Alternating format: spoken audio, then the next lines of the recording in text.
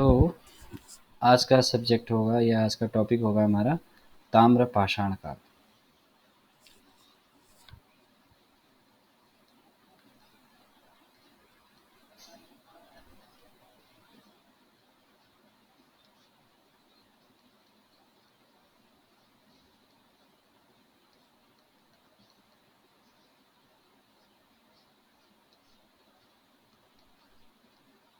ताम्र पाषाण काल, ठीक है।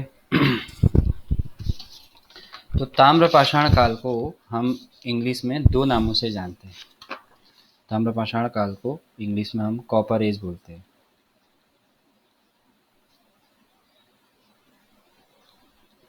एक तो कॉपर एज बोलते हैं, ठीक है। दूसरा हम इसको क्या बोलते हैं? दूसरा हम इसको बोलते हैं चैल्कोलिथिक एज।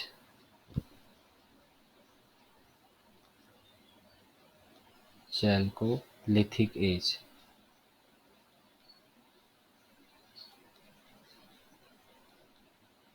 चैल्कोलिथिक एज, ठीक है। ये दो नाम से इसको जाना जाता है, ठीक है। अच्छा, अगर हमें ये चैप्टर अच्छे से समझना है तो हमें इस चैप्टर को दो भागों में बांटना पड़ता है,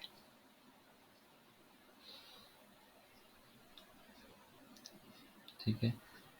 इस तरह से इसको दो भागों में हम लोग बांटेंगे।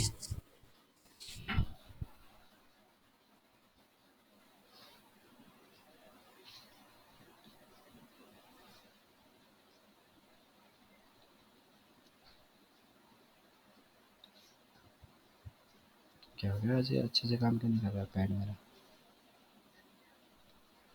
ठीक है। तो इस तरह से दो भागों में इसको हम बांटेंगे। एक को हम बोलेंगे परवर्ती हड़प्पा संस्कृति या सभ्यता।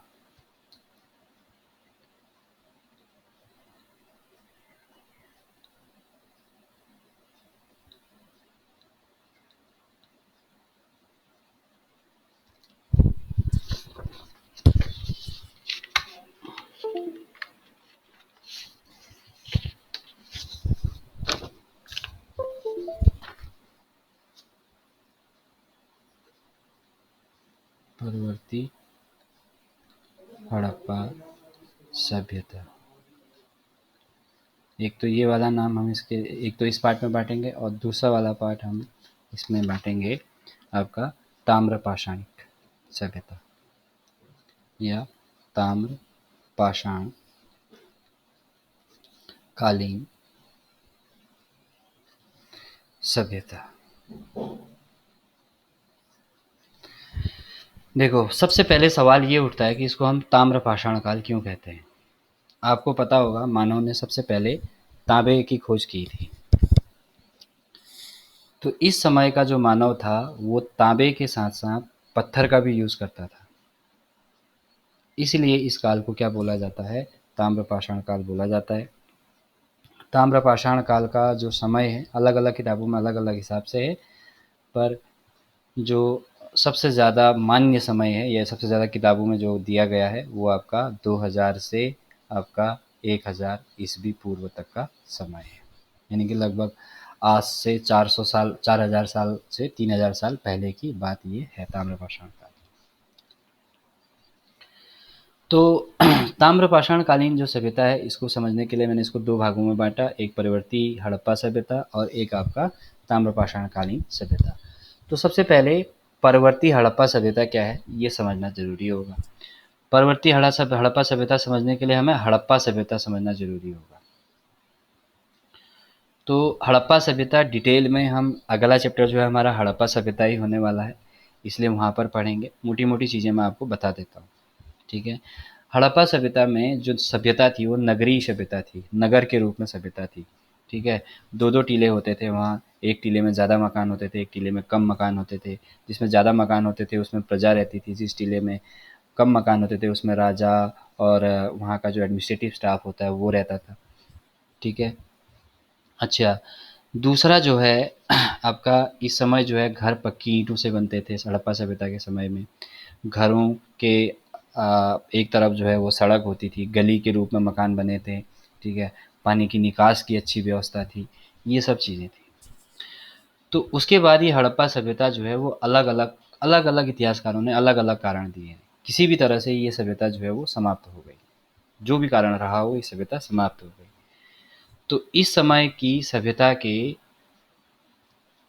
कुछ चिन्ह हमें जो है बाद में भी सभ्यताओं में देखने को मिले। हालांकि जो बाद की सभ्यता, ये सभ्यताएं खत्म होने के बाद जहाँ पर भी नई सभ्यताएं बसी, वो सभ्यताएं कहलाएंगी परिवर्ती हड़प्पा सभ्यता। तो परवर्ती हड़प्पा सभ्यता में जो है मकान कैसे होती, ये सभ्यता जो है, पहले तो ये हड़प्पा नगरी सभ्यता थी, लेकिन ये वाली सभ्यता जो है वो ग्रामीण सभ्यता थी। परवर्ती हड़प्पा सभ्यता जो है वो ग्रामीण थी और हड़प्पा सभ्यता जो है वो नगरीय थी।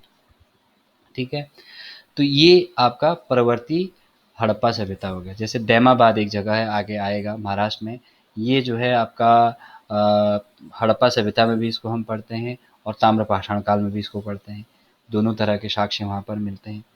तो कहने का मतलब क्या है कि हड़प्पा सभ्यता और ताम्रपाषाण काल जो है वो क्या चल रहे थे, लगभग लगभग साथ साथ चल रहे थे।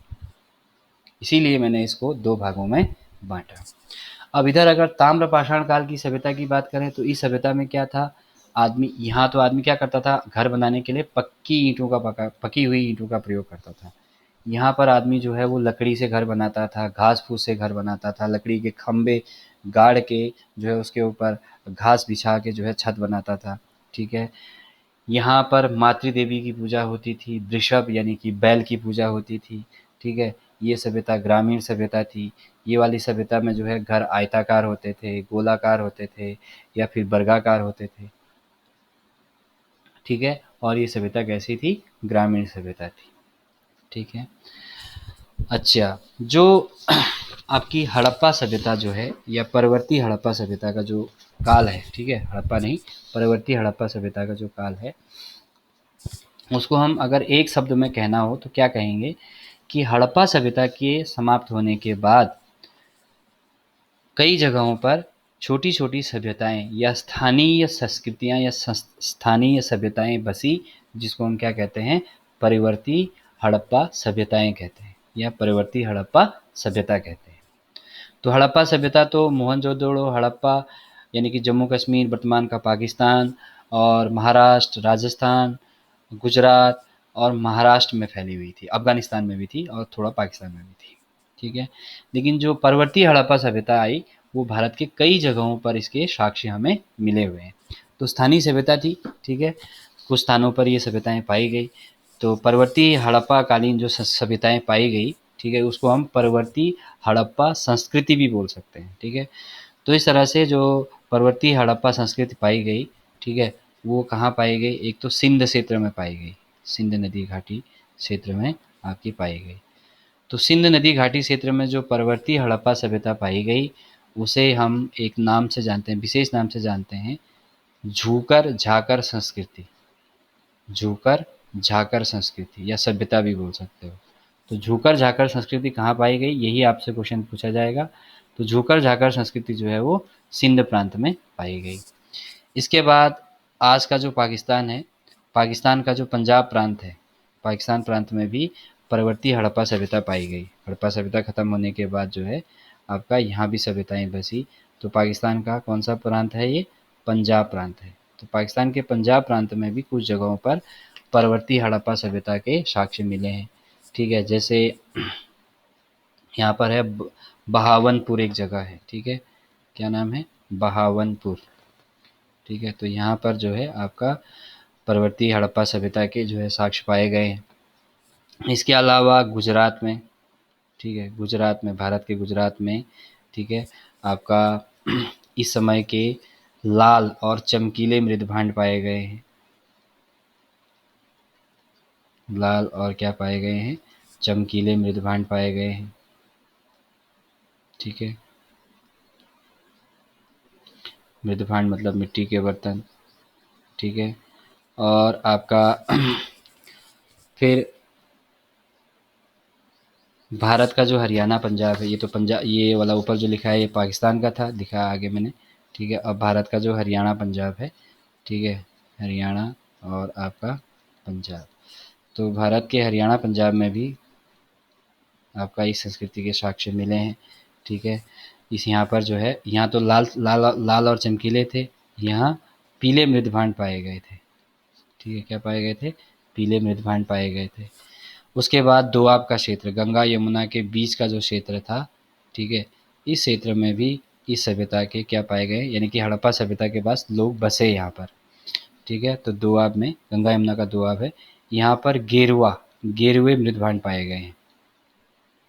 गेरुए रंग के मिट्टी के बर्तन पाए गए हैं। अब ताम्रपाषाण काल की अगर बात करें तो ताम्रपाषाण काल की सभ्यता के जो साक्ष्य हैं हमें, वो भारत में 3 जगहों में पाए गए हैं। तो इन तीनों को मैं जो है क्या कर देता हूँ, बाँट देता हूँ आपका। ठीक है, 1, 2 और तीसरा। तो सबसे पहले अगर हम बात करें तो दक्षिण पूर्वी राजस्थान में पाए गए। बाप रे, क्या कर दिया इसने? ठीक है, तो ये हो गया आपका दक्षिण पूर्वी राजस्थान। दक्षिण पूर्वी राजस्थान। तो दक्षिण पूर्वी राजस्थान में ताम्रकालीन जो सभ्यता है, इसके साक्ष्य कहाँ पर पाए गए हैं? दक्षिण पूर्वी राजस्थान में एक नदी है बनास में, सॉरी, बनास नदी। ठीक है, इस बनास नदी के किनारे पाए गए हैं। उसके बाद दूसरा जो जगह है वो है आपका पश्चिमी मध्य प्रदेश। क्या है? पश्चिमी मध्य प्रदेश। तो पश्चिमी मध्य प्रदेश में जहाँ पर ये साक्ष्य पाए गए हैं, उस जगह का वो नदी घाटी है आपकी नर्मदा नदी की घाटी, नर्मदा की घाटी। ठीक है, उसके बाद आपका जो तीसरा आता है वो आता है आपका पश्चिमी महाराष्ट्र, महाराष्ट्र के पश्चिमी छोर पर। ठीक है, पश्चिमी महाराष्ट्र। तो पश्चिमी महाराष्ट्र में इस सभ्यता के जो साक्ष्य मिले हैं वो यहाँ पर 2 ज़िले हैं। पश्चिमी महाराष्ट्र में 2 ज़िले हैं। एक ज़िले का नाम है अहमदनगर, अहमदनगर, और दूसरे ज़िले का नाम है पुणे। तो इन 2 ज़िलों में भी आपका ताम्रपाषाण कालीन सभ्यता मिली है। ठीक है, या ताम्रपाषाण कालीन सभ्यता के साक्ष्य मिले हैं।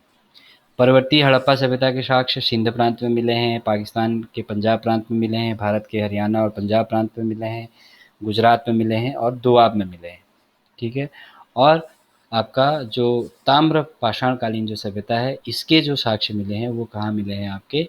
वो मिले हैं आपके दक्षिण पूर्वी राजस्थान में, पश्चिमी मध्य प्रदेश में और पश्चिमी महाराष्ट्र में। ठीक है, तो इसको हम मैप के सहायता से समझने की कोशिश करेंगे। ठीक है, इसके बाद जो है थोड़ा सा आपको कुछ चीज़ें और मैं आपको यहाँ पे बता देता हूँ, उसके बाद फिर हम मैप से इस चीज़ को समझेंगे। ठीक है, इतना समझ में आया सबके, या किसी को कोई डाउट है? डाउट कुछ नहीं था ना? हाँ, बोलो बोलो। आगे का है। अच्छा, आ गया समझ में? कौन बोल रहा था? समझ में नहीं आया मेरे, मैंने मिटा दिया। अगर नहीं समझ में आया तो बोलो, दोबारा मैं स्टार्ट करता हूँ। ले, ठीक है।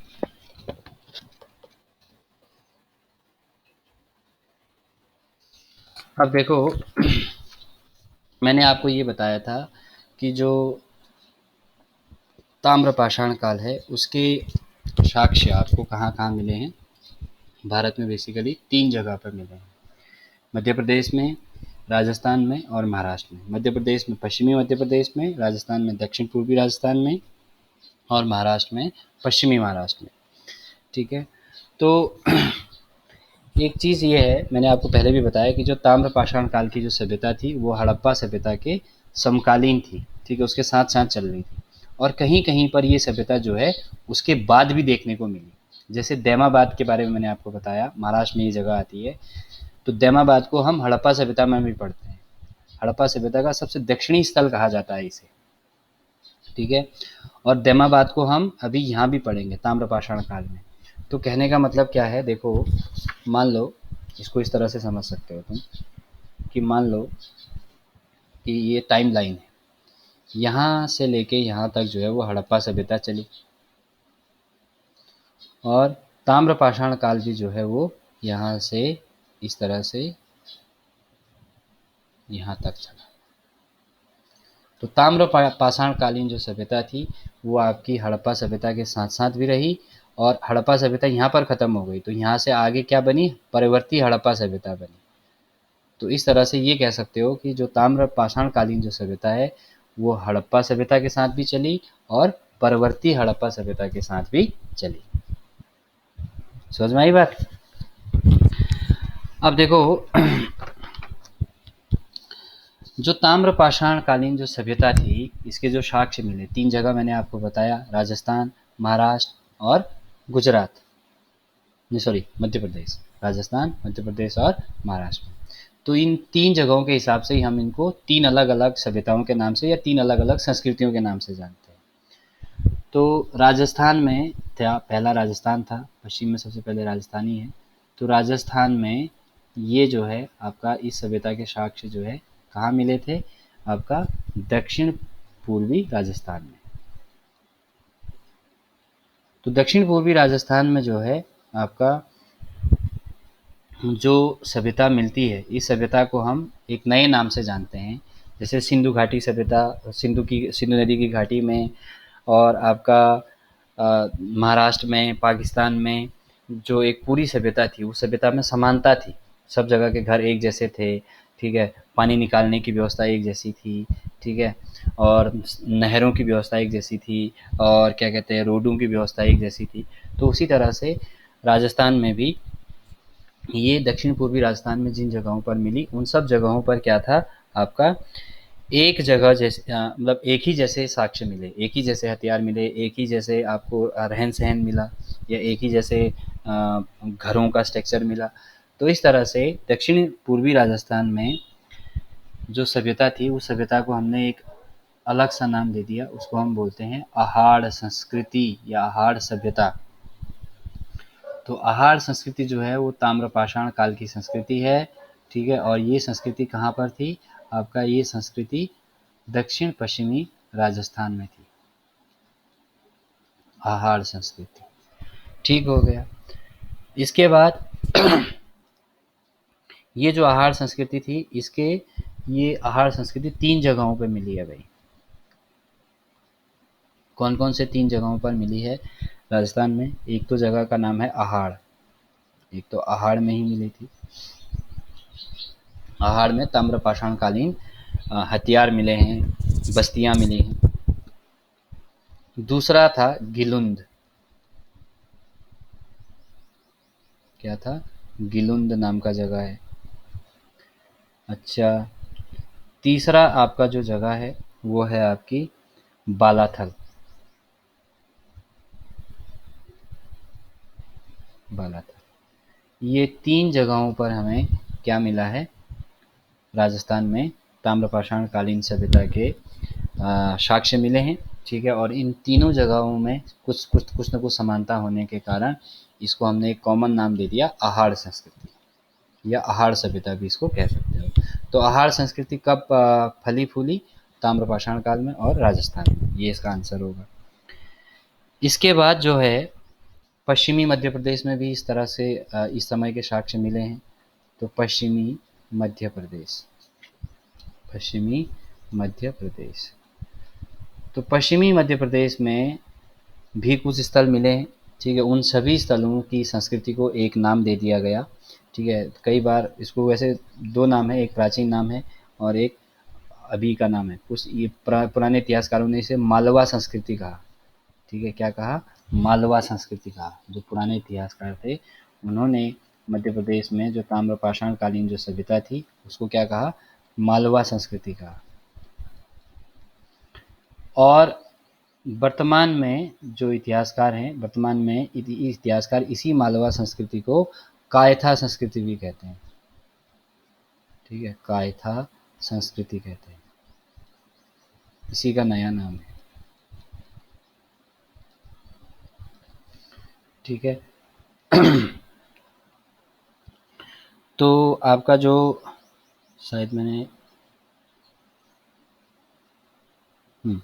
मालवा संस्कृति नया नाम है और कायथा संस्कृति पुराना नाम है, मतलब मध्य प्रदेश के जिन जिन स्थलों में ताम्रपाषाणकालीन सभ्यता मिली। उनमें से आपका जो पुराना नाम था वो कायथा संस्कृति था और नया नाम जो है वो मालवा संस्कृति है, ठीक है।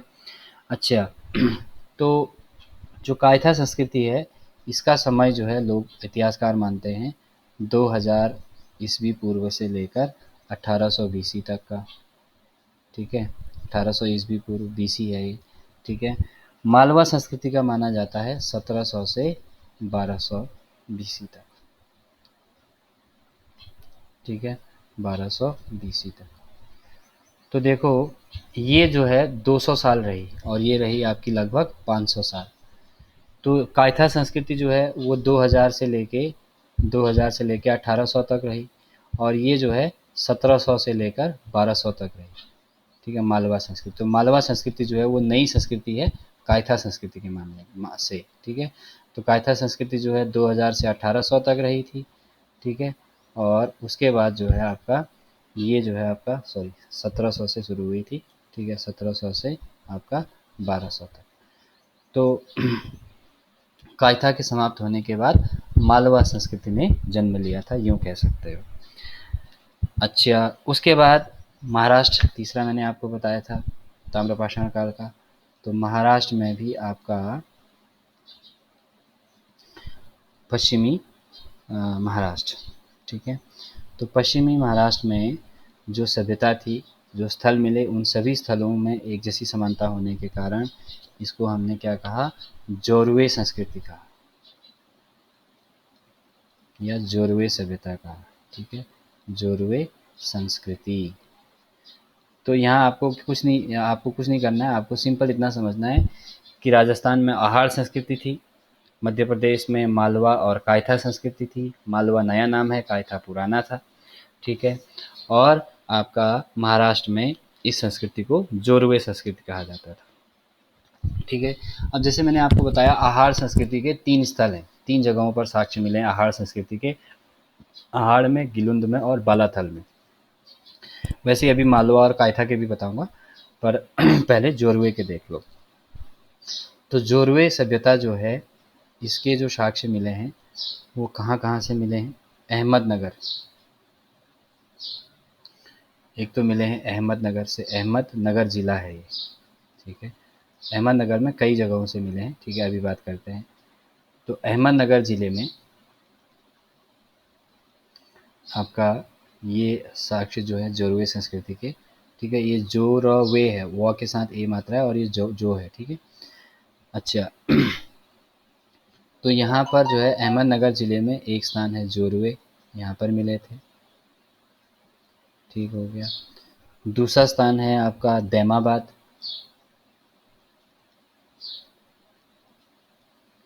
उसके बाद आपका तीसरा स्थान है आपका मेवाशा, मेवाशा, ठीक है। इसी के बाद आपका एक जगह है आपका महाराष्ट्र में ही, उस जगह का नाम है धुले, ठीक है। तो इस धुले में एक जगह है प्रकाश नाम की जगह, तो वहाँ पर भी आपका जोरवे संस्कृति मिली है। धुले मेन जगह है, उसके पास में प्रकाश नाम की जगह है, ठीक है।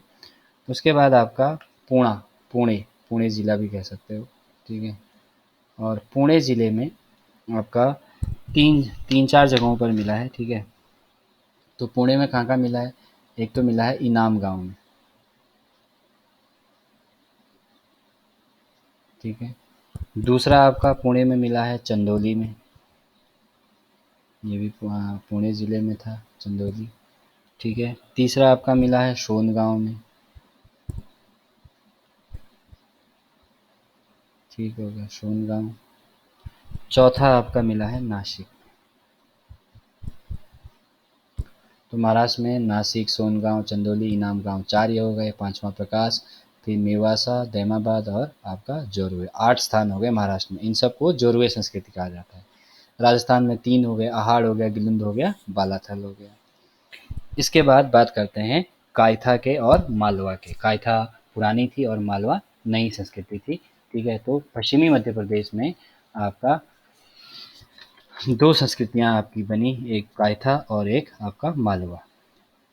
तो देखो मालवा संस्कृति के कहाँ-कहाँ पर मिले? पहले तो देखो, कायथा जो है पुराना नाम था, ठीक है? कायथा। इसी कायथा को हम 2 भागों में बाँट देते हैं, ठीक है? एक हिस्से को कायथा कहा जाता है और दूसरे हिस्से को क्या कहा जाता है आपका? मालवा कहा जाता है, ठीक है? तो कायथा और दूसरा हिस्सा आपका मालवा, ठीक हो गया। तो कायथा सभ्यता के मतलब उस समय के 2000 से 1800 बीसी के जो स्थल मिले, वो मिले आपका एरण में, ठीक है? एरण में, ठीक है? और आपका त्रिपुरी में, ठीक है? उसके अलावा आपका उज्जैनी में, ठीक हो गया था। मालवा जो संस्कृति है, इसके साथ इसके जो स्थल मिले हैं वो कहाँ-कहाँ मिले हैं आपको? एक तो मालवाई है उसमें, मालवा, ठीक है? दूसरा आपको मिला है नगदा, ठीक है? और तीसरा आपको मिला है नवादा टोली, ठीक है? ये सारे जगह आपके मध्य प्रदेश में, नवादा टोली। तो इन जगहों पर आपका मालवा संस्कृति मिली है, ठीक है? मालवा संस्कृति और कायथा संस्कृति जो है इन 3 जगहों पर मिली है, ठीक है? और जैसे मान लो आपसे कोई पूछे नवादा टोली, ठीक है? नवादा टोली किस सभ्यता या किस संस्कृति के अंदर आता था? तो ऑप्शन में मालवा भी हो सकता है और कायथा भी हो सकता है। ऑप्शन में मालवा होगा तो ठीक है, नहीं होगा तो कायथा पक्का होगा। इस तरह से सवाल आपको मिलेंगे। अब अभी आपको मैंने कुछ संस्कृतियाँ बताई, कायथा संस्कृति बताई, आहाड़ बताई, ठीक है? जौरवे बताई और मालवा बताई। तो इनमें सबसे पुराना कौन है और सबसे नया कौन है, इस तरह से आता है। तो इनमें सबसे पुरानी सभ्यता जो थी वो थी कायथा। कायथा के बाद आपकी आई आहाड़, आहाड़ संस्कृति, ठीक है? आहाड़ के बाद आई मालवा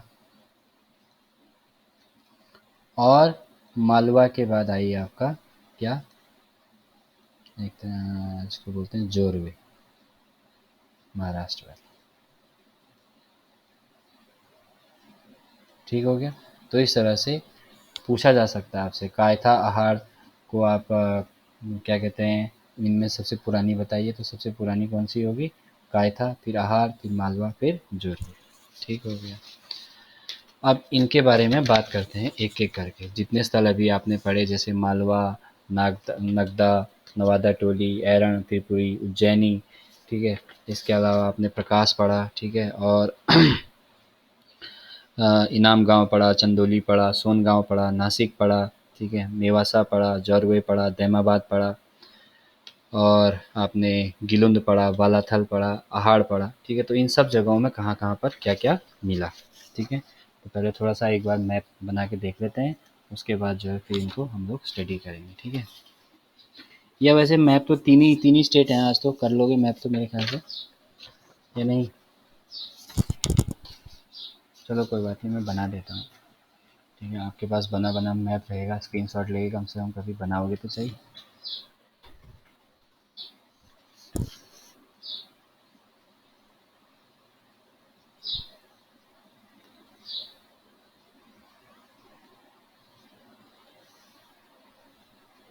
आवाज़ आ रही है मेरी कपिल? ठीक हो गया भाई। ज़्यादा ऊपर हो गया।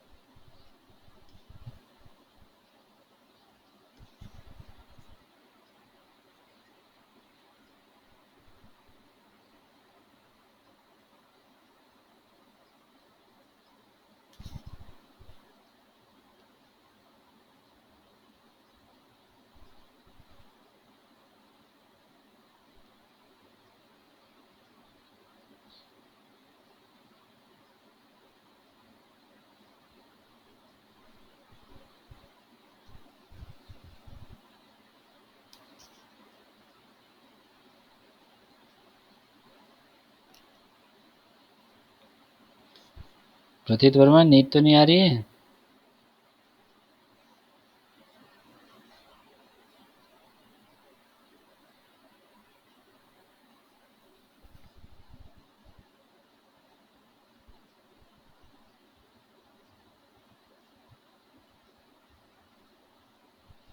कपिल है, प्रतीत क्लास में है, देख तो।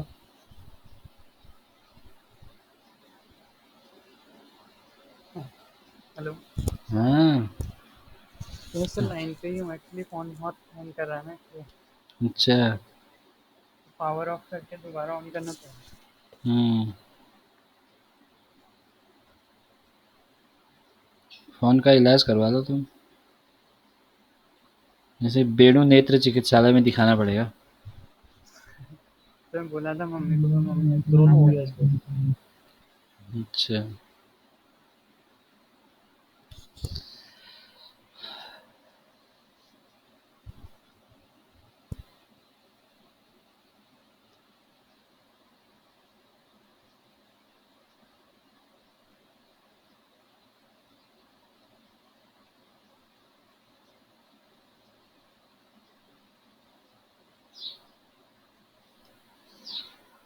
ठीक हो गया भाई, समझ में तो आ रहा होगा।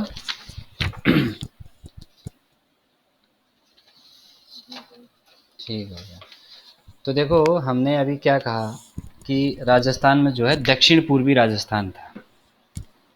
ठीक है। अच्छा, मैंने गुजरात बना दिया, राजस्थान तो बनाया ही नहीं। चलो कोई नहीं, क्या करना है, राजस्थान सबको दिख रहा है, ये राजस्थान है। ठीक है, इस तरह से। तो राजस्थान में आपका क्या है, दक्षिण पूर्वी राजस्थान। तो इस जगह पर, दक्षिण पूर्वी राजस्थान, इस जगह पर ये 3 स्थल पाए गए। ये वाला जगह है, ठीक है। और अहाड़, गिलुंद और बालाथल। ठीक हो गया। उसके बाद पश्चिमी मध्य प्रदेश कह रहा है, तो पश्चिमी मध्य प्रदेश ये है।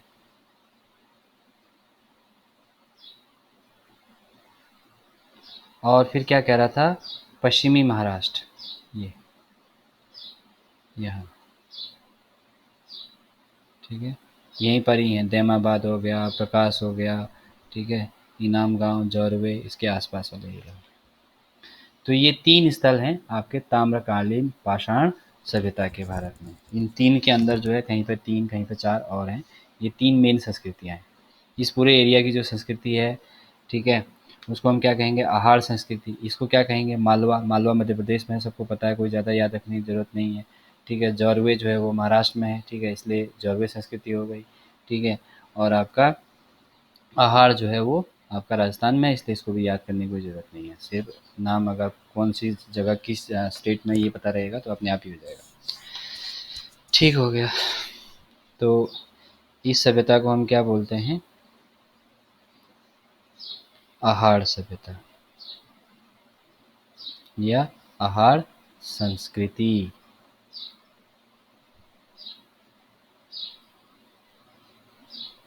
ठीक है, और इधर वाले को हम क्या बोलते हैं, मालवा या फिर कायथा। आजकल हम इसको मालवा बोल रहे हैं, पहले इसको क्या बोलते थे, कायथा संस्कृति। ठीक है, इसके बाद सबसे नई जो संस्कृति आई वो कौन सी थी आपकी, वो थी आपकी जौरवे या जोरवे। ठीक है, सबसे पुरानी ये थी। उसके बाद आहाड़ आई, उसके बाद फिर आपका मालवा आई, उसके बाद आपका जोरवे आई। एक, ठीक है, एक, ये दूसरे नंबर पर आई। ठीक है, ये तीसरे नंबर पर आई और ये चौथे नंबर पर आई। हुआ सिंपल आप समझने में। तो देखो भाई, अब सबसे पहले इनको एक एक करके हम लोग पढ़ते हैं। ठीक है, तो सबसे पहले हम बात करते हैं आहार की। ठीक है, तो आहार संस्कृति में आपके 3 स्थल मिले थे। इसमें 3 स्थल मिले थे। ठीक है, कौन कौन से मिले थे, एक तो मिला था आहाड़ी मिला था। ठीक है,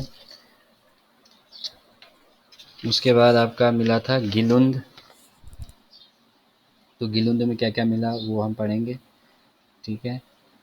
अच्छा, इसके बाद आपका तीसरा स्थल मिला था बालाथल, ठीक है।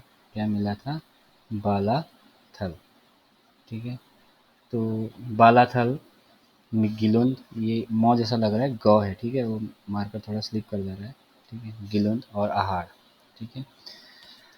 तो देखो सबसे पहले हम इसमें से आहार के बारे में बात करेंगे। तो आहार में क्या था कि यहाँ पर तांबे के सर्वाधिक उपकरण मिले भाई।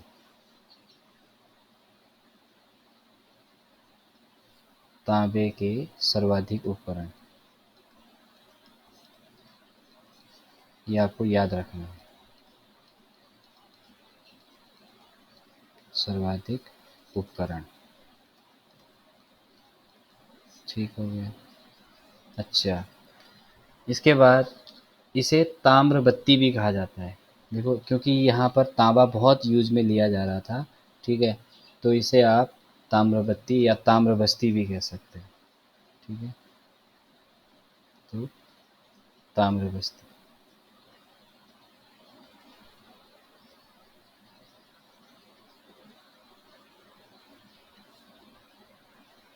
ठीक है। इसके अलावा यहाँ पर जो है, जैसे मुहरें होती, मुहर मुहर तो देखी होगी सबने, वैसी मुहरें होती थी, ठीक है। कैसी मुहरें होती थी? देखो तुम गूगल पर सर्च मारोगे तो मिल जाएगा तुम्हें। इस तरह की बड़ी बड़ी मुहरें होंगी, उसमें डिज़ाइन बने होंगे, ठीक है। इस तरह से इसमें डिज़ाइन बने होंगे। तो ये डिज़ाइन जो है क्या होता था, कपड़ों पर छापे जाते थे। इस तरह से कपड़ों पर छापने वाले डिज़ाइन जो है, डिज़ाइनों की मुहरें यहाँ पर मिली हमें, ठीक है। तो इससे ये कहा जाता है कपड़े पर छपाई के क्या मिले, ठप्पे या मुहरे, ठीक है, मुहरे। तो यहाँ पर ठप्पे मिले कपड़ों की छपाई करने वाले। तो इससे ये अंदाज़ा लगाया जाता है कि यहाँ पर कपड़ों में छपाई का उद्योग जो है बहुत ज़्यादा विकसित था, ठीक है। यहाँ की सबसे ख़ास बात मैंने आपको बताया, हड़प्पा सभ्यता में पकी हुई ईंटों के घर बनते थे। ताम्रपाषाण काल में लकड़ी के खंभों के साथ, ठीक है, घास फूस के मकान बनते थे। लेकिन यहाँ पर जो घर बने थे वो पत्थरों के बने थे भाई, ये भी बहुत इंपॉर्टेंट पॉइंट है। पत्थर के घर बने थे, ठीक हो गया। और यहाँ घरों से बाहर को पानी नहीं, जैसे आजकल हम घरों से अपना पानी बाहर निकालने के लिए सीवर पाइप बिछाते हैं, ठीक है, उसी तरह से घरों से बाहर निकालने, पानी बाहर निकालने के लिए एक विशेष विधि का प्रयोग किया गया था, उसको बोलते हैं चक्रकूप विधि, ठीक है। अब एग्जैक्टली क्या थी इसके बारे में मुझे ज़्यादा पता नहीं है, ठीक है। तो चक्रकूप विधि का प्रयोग करते थे घरों से पानी, घरों का पानी बाहर निकालने के लिए। उसके बाद आपका आता है गिलुंद। तो यहाँ तांबे के सर्वाधिक उपकरण मिले थे, ठीक है। यहाँ तांबे के भी मिले और पत्थर के भी मिले, लेकिन तांबे से ज़्यादा पत्थर के मिले यहाँ पर। तांबे से ज़्यादा किसके उपकरण मिले? पत्थर के।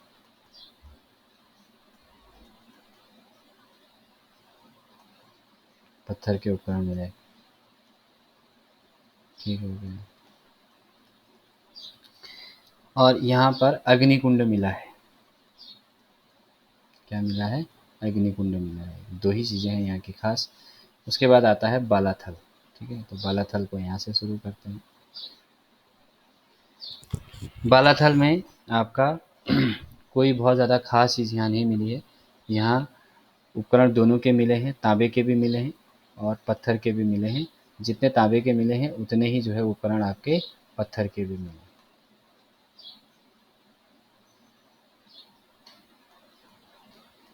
तो देखो इन तीनों जगहों में सबसे विशिष्ट स्थल जो है वो आहाड़ था।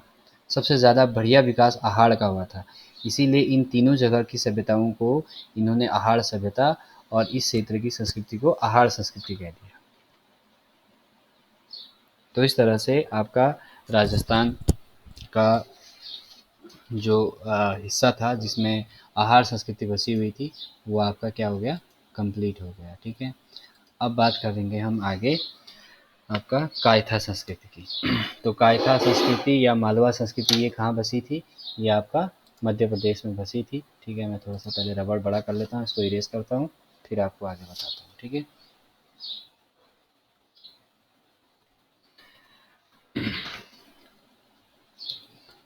तो कायथा संस्कृति जो है पुरानी संस्कृति थी, लगभग 2000 से 1800 साल तक, 1800 बीसी तक। और इधर जो है आपका मालवा संस्कृति जो थी वो 1700 से 1200 ईस्वी पूर्व तक थी, ठीक है। तो दोनों लगभग दोनों जो है वो आपकी मध्य प्रदेश में ही स्थित थी, ठीक है।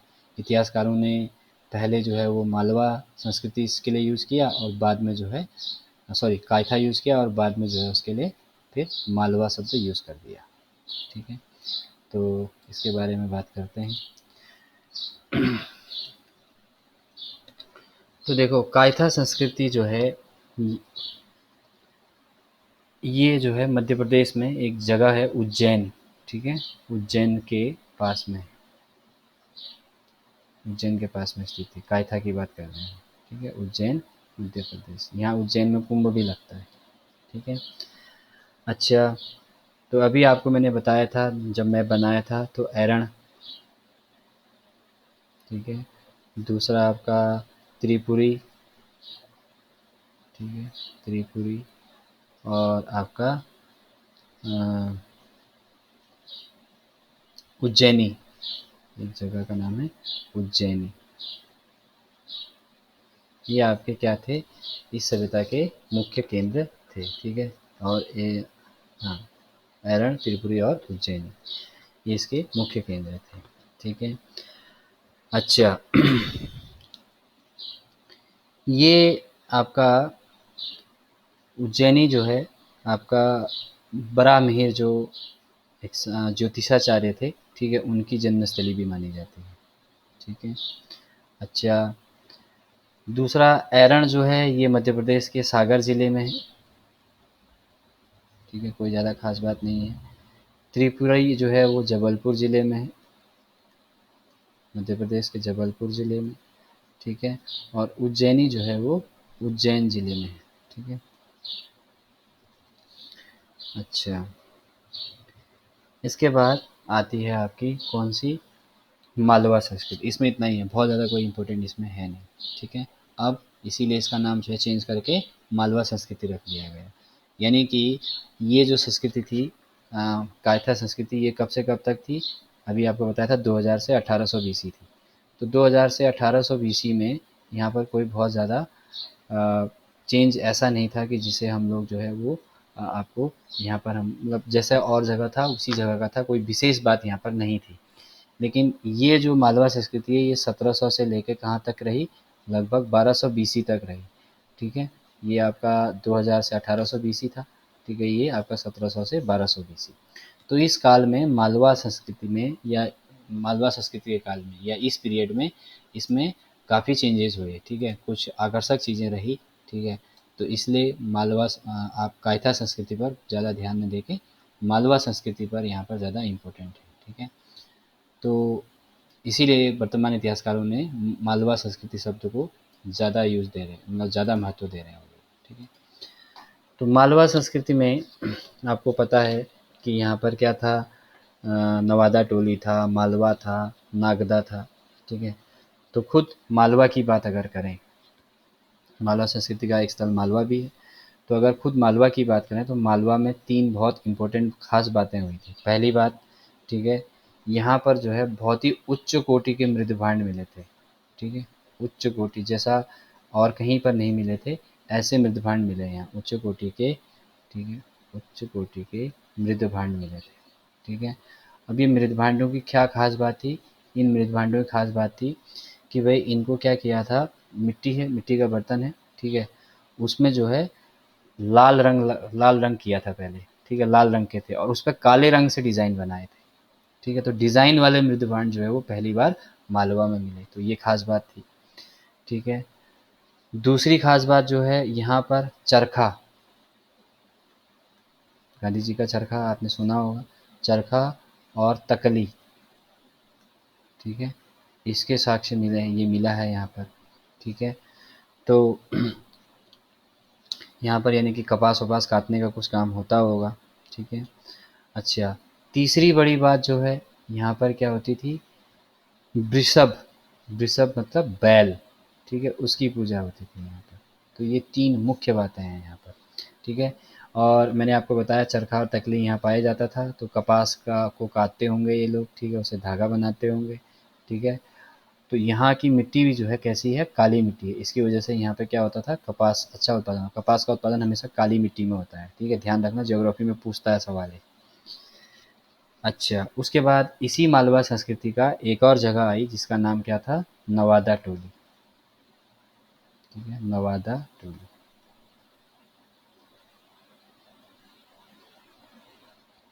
नवादा टोली, तो नवादा टोली की क्या खास बात है, यहाँ पर जो है क्या मिला है, कई प्रकार के अनाजों के ढेर मिले हैं, अनाजों के क्या मिले हैं, ढेर मिले हैं।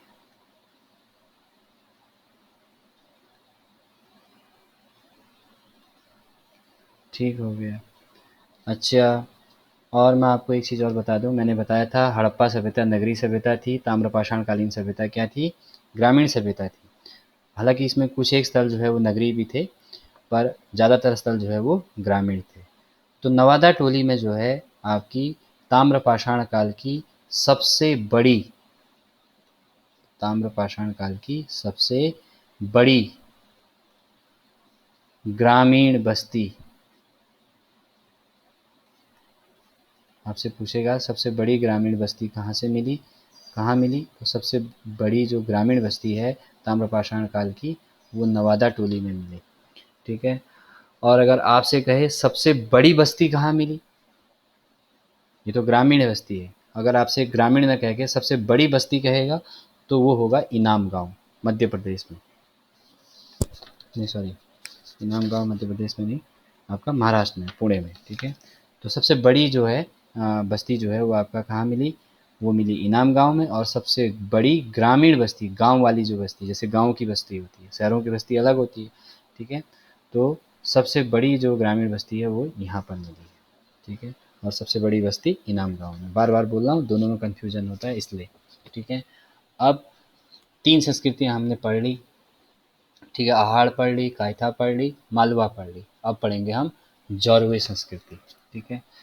तो जौरवे संस्कृति में भी कई सारे स्थल हैं, लेकिन हम केवल 4 स्थानों के बारे में बात करेंगे, ठीक है, जो इम्पोर्टेंट है, जहाँ से आपको सवाल मिल सकता है, ठीक है। इससे ज़्यादा सवाल आते नहीं हैं वैसे, जितना मैं पढ़ा रहा हूँ इतना सफिशिएंट है,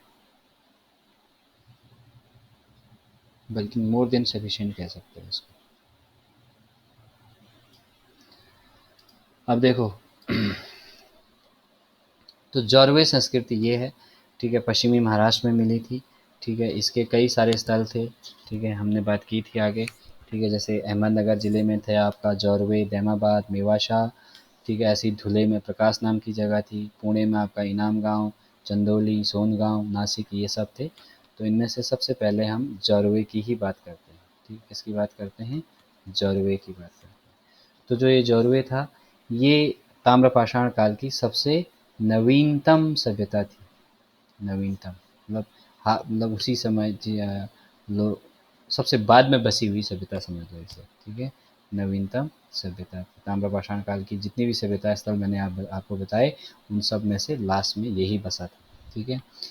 दूसरा आता है दैमाबाद, दैमाबाद को भूलना नहीं है, दैमाबाद हड़प्पा सभ्यता में भी आता है, हड़प्पा सभ्यता का सबसे दक्षिणी स्थल था ये, ठीक है। तो दैमाबाद को हम 2 कालों में पढ़ते हैं, एक तो हड़प्पा में पढ़ते हैं और एक इसमें पढ़ते हैं, ताम्रपाषाण काल में पढ़ते हैं। दोनों का दोनों के काल का स्थल है ये, ताम्रपाषाण काल, ताम्रपाषाण काल का स्थल भी इसको कह सकते हैं और हड़प्पा सभ्यता का स्थल भी इसको कह सकते हैं। अच्छा, दैमाबाद जो है हड़प्पा सभ्यता का दक्षिणतम स्थल था, ये मैं आपको बता चुका हूँ। यहाँ तांबे का भी नहीं मिला, यहाँ का किसका मिला, कांसे का, ये एक स्टेप और आगे था, कांसे का रथ मिला। जब तांबा बनेगा तभी तो कांसा बनेगा, मिश्र धातु है, ठीक है। तो यहाँ पर जो है कांसे का रथ मिला, और ये जो कांसे का रथ था ये हड़प्पा सभ्यता के समय का था, इसीलिए मैंने आपको कहा कि हड़प्पा सभ्यता के साथ भी चली और हड़प्पा सभ्यता के बाद भी जो है ताम्रपाषाण काल चला था, ठीक है। अच्छा, यहाँ पर जो है आपका ये जो है नगरीकृत था एक तरीके से, ठीक है। और यहाँ पर जो है ताम्रपाषाण काल के समय की एक बस्ती मिली है, ठीक है। अच्छा, इसके अलावा अगला आता है नेवाशा, ठीक है। तो नेवाशा में कपास और पटसन, कपास और पटसन, ठीक है, रेशे वाली फसल हैं दोनों, ठीक है, जिससे धागे बनाए जा सकते हैं। तो इसके साक्ष्य यहाँ पर मिले हैं। फिर आता है अगला इनाम गांव,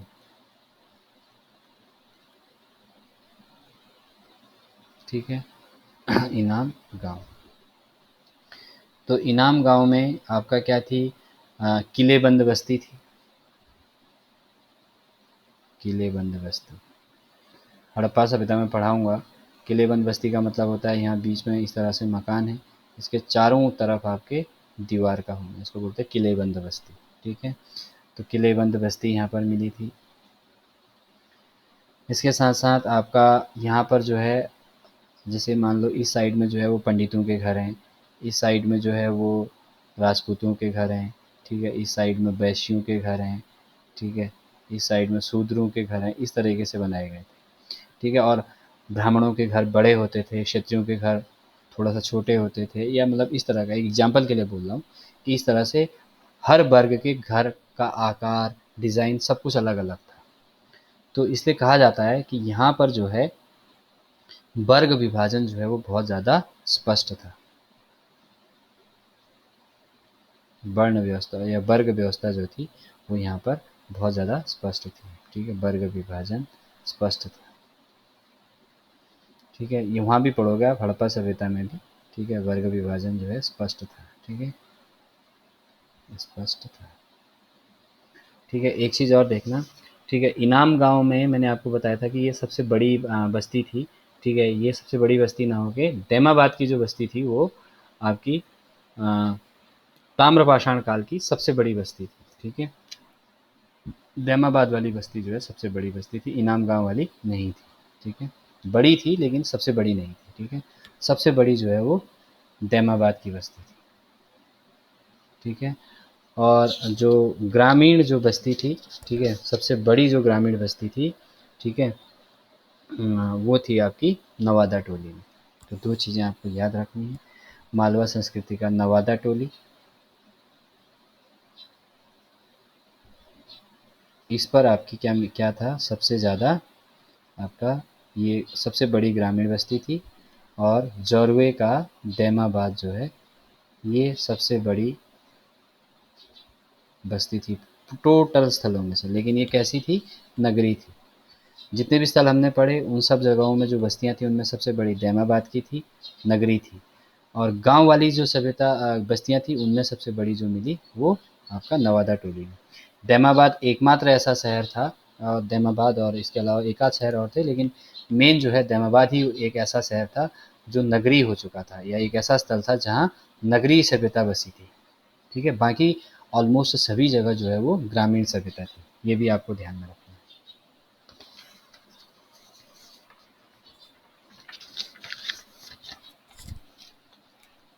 आया समझ में?